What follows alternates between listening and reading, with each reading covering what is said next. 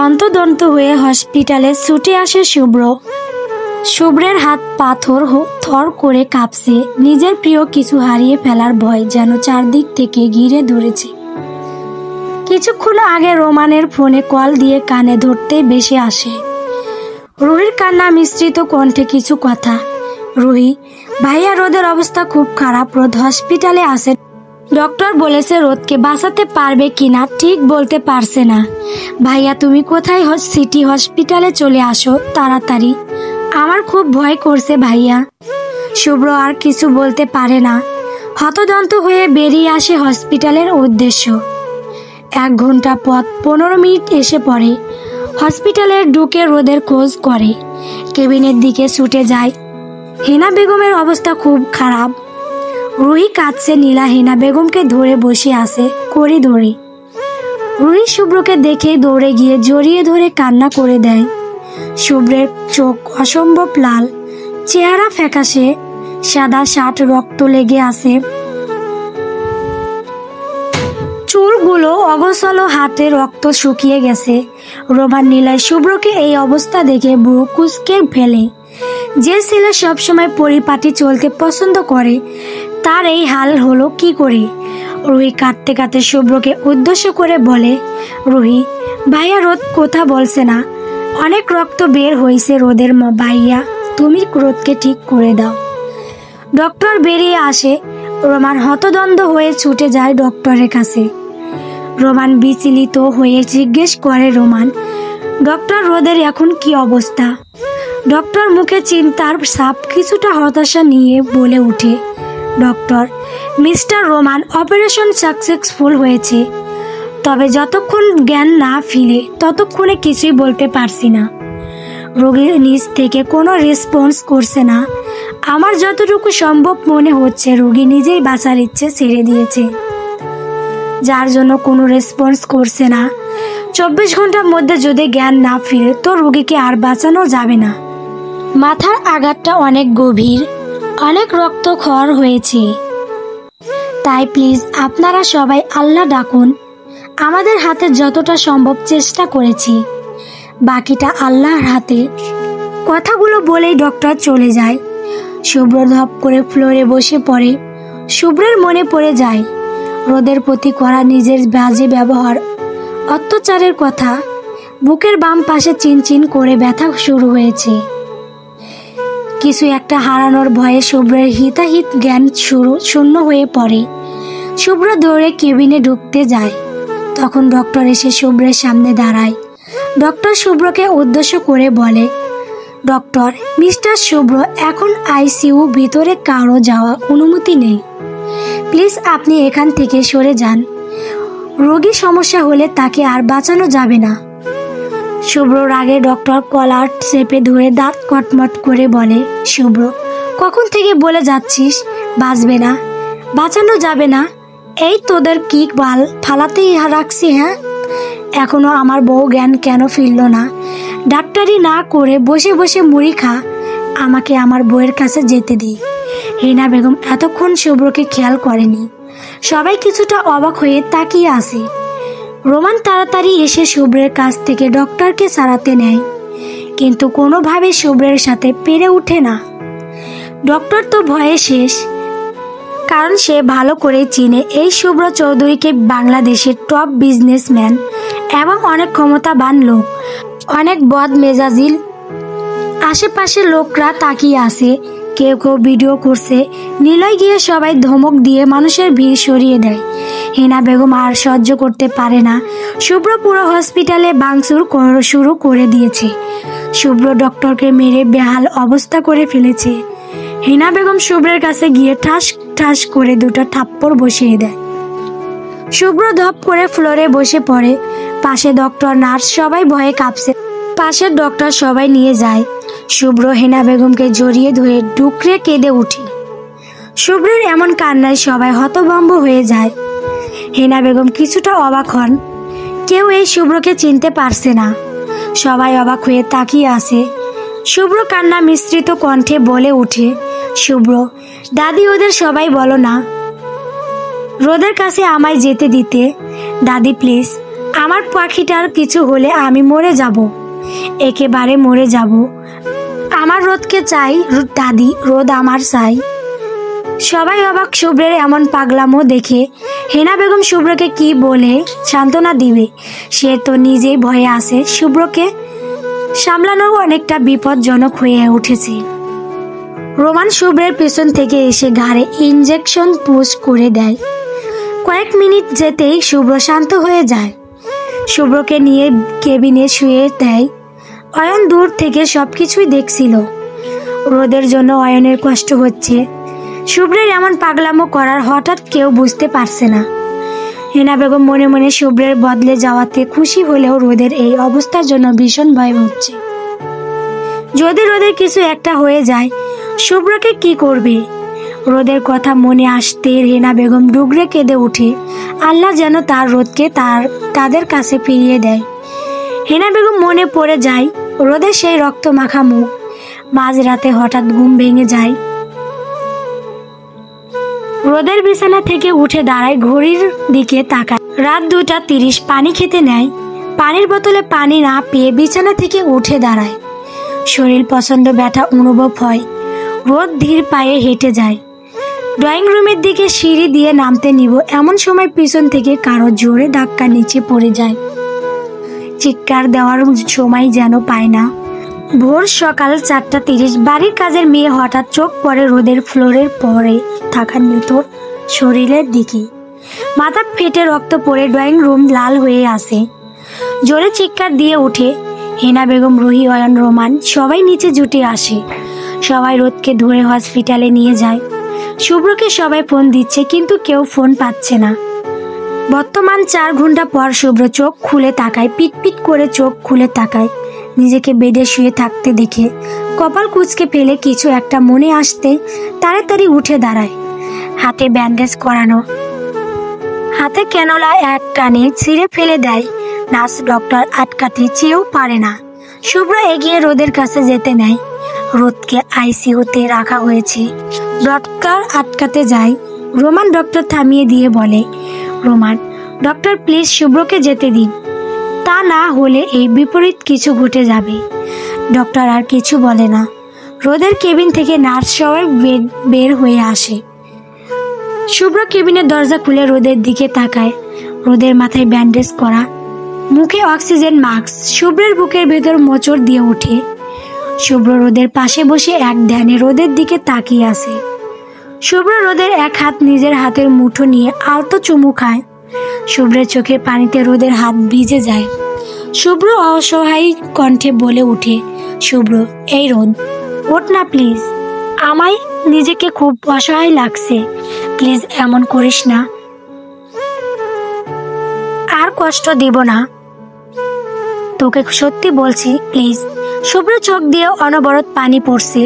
শুভ্র পুনরায় আবার বলে উঠে, শুভ্র এই পাখি উঠ না প্লিজ, একটু রেসপন্স কর। ভীষণ ভয় লাগছে আমার, আর কখনো তোকে কষ্ট দিব না, প্লিজ দেখ আমার সত্যি সত্যি কিন্তু কষ্ট হচ্ছে। এই রোদ। রোদের কোনো সারা শব্দ নেই। শুভ্রের মনে হচ্ছে তার কলিজাটা কেড়ে ছিঁড়ে নিচ্ছে। নিজেকে এতটা অসহায় কখনো মনে করেনি। কেন তার বউ উঠেছে না? শুভ্র বউ, এই বউ, অনেক অনেক সরি বউ, প্লিজ একটু কথা বল। আমি তোকে কষ্ট দিছি, তার প্রতিশোধ নিচ্ছিস, এমন করিস না প্লিজ বউ। আমি তো তোকে মেরেছি, তুইও আমাকে মার, একেবারে মেরে ফেল, তারপর একটু কথা বল বউ। রোদের কোনো রেসপন্স করে না। রোদকে রেসপন্স করতে না দেখে শুভ্র রাগে চোয়াল শক্ত করে ফেলে। পুরো শরীর রাগে জ্বলছে যাচ্ছে। শুভ্র রাগে কটমট করতে করতে বলে ওঠে, শুভ্র এইটুকুনি 400 গ্রামের বাচ্চা আমাকে জ্বালাস না? খুব মরার শখ হয়েছে তোর, কতবার সরি বলছি তাতেও হচ্ছে না। ওকে মরবি না? তুই মর যা, আগে আমি মরবো, তারপর তুই মরিস গিয়ে যা। শুভ্র কথা শেষ করে বন্দুক বের করে নিজের মাথায় তাক করে। শুভ্র বন্দুক নিজের মাথায় তাক করে রোদের দিকে তাকিয়ে বলে, উঠ। শুভ্র মরার শখ হয়েছে তাই না? আচ্ছা ঠিক আছে, মর তুই, আমিও নিজেকে শেষ করে দিলাম এখানে। হেনা বেগম বাইরে দাঁড়িয়ে সব কিছু দেখেছিলেন। শুভ্রকে হাতে বন্দুক দেখে হেনা বেগম রোমান ডক্টর হতভম্ব হয়ে কেবিনে ভেতর ঢুকে। রোদ জোরে জোরে শ্বাস নিচ্ছে। রোদকে ডক্টর এই রকম অবস্থা দেখে সবাইকে উদ্দেশ্য করে বলে, ডক্টর, রোগী রেসপন্স করছে, আপনারা সবাই কেবিনে বাইরে যান প্লিজ। শুভ্রকে জোর করে হেনা বেগম রোমান কেবিন থেকে বাইরে নিয়ে যায়। শুভ্রকে হেনা বেগমের কোলে মাথা রেখে শুয়ে আছে। হেনা বেগমকে শুভ্র বলে উঠে, শুভ্র, আমি আমার ছোট্ট ফুলের খেয়াল রাখতে পারিনি দাদি, খুব কষ্ট দিয়েছি আমি আমার ছোট্ট বউটাকে। দাদি, আমার বুকটা খালি খালি লাগছে, আমার পরিটার কিছু হলে আমি মরে যাব দাদি, মরে যাব। হেনা বেগম শুভ্রের মাথায় হাত বুলিয়ে নির্বে চোখে পানি ফেলে। 1 মাস পর আজকে রোদকে বাসায় নিয়ে যাবে। আরাব চৌধুরী এসেছেন। রোদের পুরোপুরি সুস্থ হতে 1 মাস মতো লেগে যায়। সেই দিন রাতে রোদের জ্ঞান ফিরে। রোদের জ্ঞান ফেরার পর থেকে শুভ্রকে দেখেনি রোদ। শুভ্র এই 1 মাস আড়াল থেকে রোদের খেয়াল রেখেছে। রোদ হাতে ঘুমালে সারা রাত রোদের পাশে বসে থেকেছে শুভ্র। এই 1টা মাস শুভ্র রাতে একদিনের জন্য ঘুমায়নি, সারা রাত রোদের পাশেই ছিল। আবার সকাল হবার আগে রোদের কাছ থেকে বেরিয়ে গেছে। নিজেকে অপরাধী মনে হচ্ছে শুভ্রের। তার পরিটা কি তাকে মাপ করে নিজের কাছে টানবে নাকি দূরে সরিয়ে দিবে? সকাল 10টা হসপিটাল থেকে রোদকে চৌধুরী বাড়িতে নিয়ে আসে সবাই। রোদের সুস্থ হওয়ার খবর শুনে আরাব চৌধুরী দেশে চলে আসেন। হাসি বেগম 15 দিন পর আসেন। এসে শুনে রোদের এই অবস্থা মনে মনে অনেকটা খুশিও হয়। নীলা রুহি মিলে রোদকে নিজের রুমে নিয়ে যায়। ঠিক মতো শুয়ে দিয়ে রুহি রোদের জন্য খাবার আনতে রোদের রুম থেকে বেরিয়ে নিচে আসতে নেয়। এমন সময় রোমান এসে সামনে দাঁড়ায়। রুহি বুক কুঁচকে রোমানের দিকে তাকায়। রোমান মুচকি হেসে রুহিকে বলে ওঠে, রোমান, কোথায় যাচ্ছ রুহি? রুহি, জাহান্নামে যাচ্ছি। যাবেন? রোমান, তোমার সাথে আমি জাহান্নামে যেতেও রাজি। রুহি রাগে ফুঁসতে থাকে।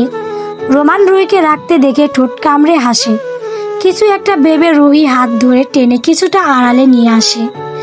রুহি রেগে গিয়ে কিছু একটা বলতে যাবে, তখনই রোমান রুহির মুখ চেপে ধরে বলে উঠে, Roman, I love you Ruhi.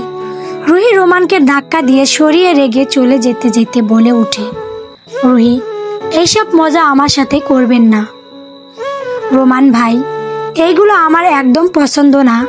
Roman বোকা বয়নে যায় সে কতটা সিরিয়াস হয়ে এই মেয়েকে প্রপোজ করলো, আর এই মেয়ে কিনা মজা মনে হলো। নিজের কপালে হাত দেয় রোমান।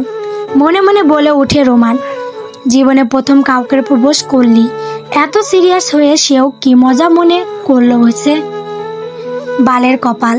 রুহি রোদের জন্য খাবার বানাতে বানাতে মনে মনে বলে উঠে, রুহি, কালো মেয়েদের কখনো কোনো সুন্দর পুরুষ ভালোবাসতে পারে না। আর আমার কাছে মনে হয় রোমান ভাই আমার সাথে মজা করছে, ব্যাস, তাছাড়া কিছুই না। আমার মতো একটা কালো মেয়েকে রোমান ভাইয়ের মতো একজন সুদর্শন পুরুষ কখনো ভালোবাসতে পারে না। এগুলো নেহাতি অন্যায়। আর তার মতো একজন সুন্দর পুরুষের পাশে একজন রমণীকেই মানাবে, আমার মতো কালীকে না। বড্ড অভিমান নিয়ে কথাগুলো মনে মনে বলে রুহি। রোমান ভাই হচ্ছে আকাশের চাঁদ, আর চাঁদের পাশে যদি আমার মতো কালো পেতনি দাঁড়ায় তাহলে সেটা তার চাঁদের অনেক বড় কলঙ্ক মনে হবে। রুহি রোমানের ভাবনা মাথা থেকে ঝেড়ে ফেলে। রোদের জন্য খাবার নিয়ে উপরে যায়। রুহিকে আসতে দেখে নীলা যায় অন্য রুমে ফ্রেশ হতে। আগের মতো আর নিলয়ের সাথে ঝগড়া হয় না।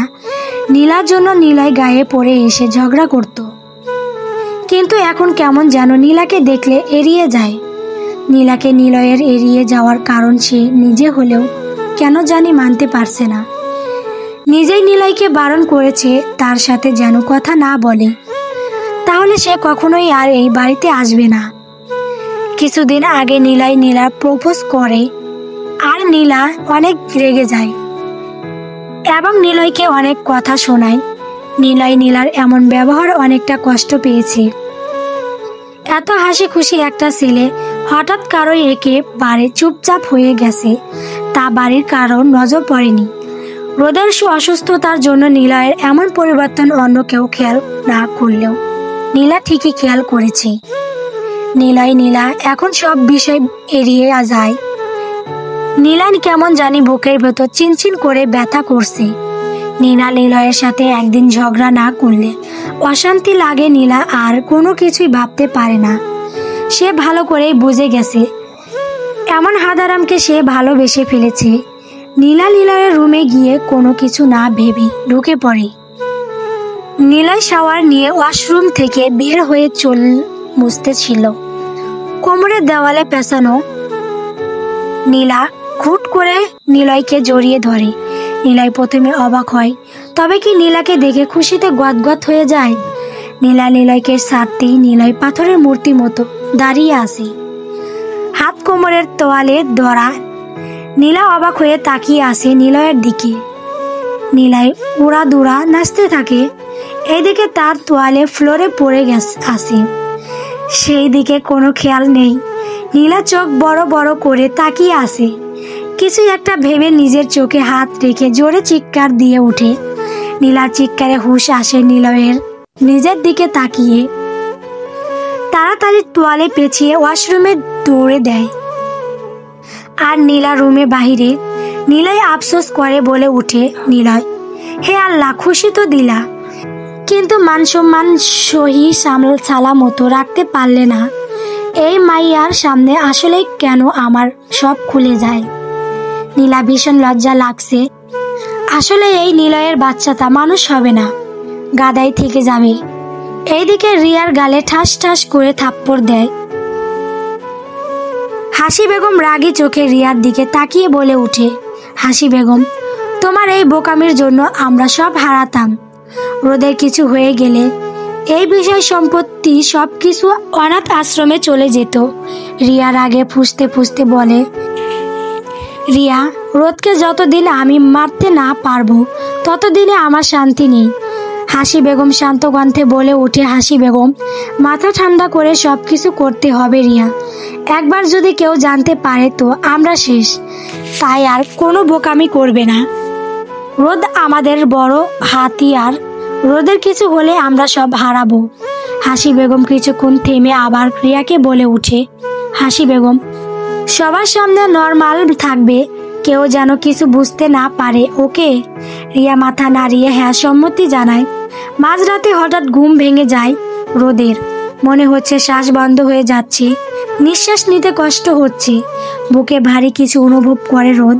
বিছানা থেকে উঠতে নেয়, কিন্তু কেউ তাকে আষ্টে পিষ্টে জড়িয়ে আসে। রোদের চোখ এখনো ঘুম ঘুম ভাব, মুসরা মুসরি করতে থাকে। হঠাৎ কারো ঘুম জড়ানো কণ্ঠে ভেসে আসে, প্লিজ বউ, ডিস্টার্ব করিস না, বড্ড ক্লান্ত আমি, একটু শান্তিতে ঘুমাতে দে। রোদের পুরো শরীর শিউরে ওঠে। মনে হচ্ছে তাকে কোনো সাপ পেঁচিয়ে ধরে আসে। রোদের চোখে ঘুম থাকায় সেও ধীরে ধীরে ঘুমের রাজ্য পাড়ি দেয়। সকাল 7টা।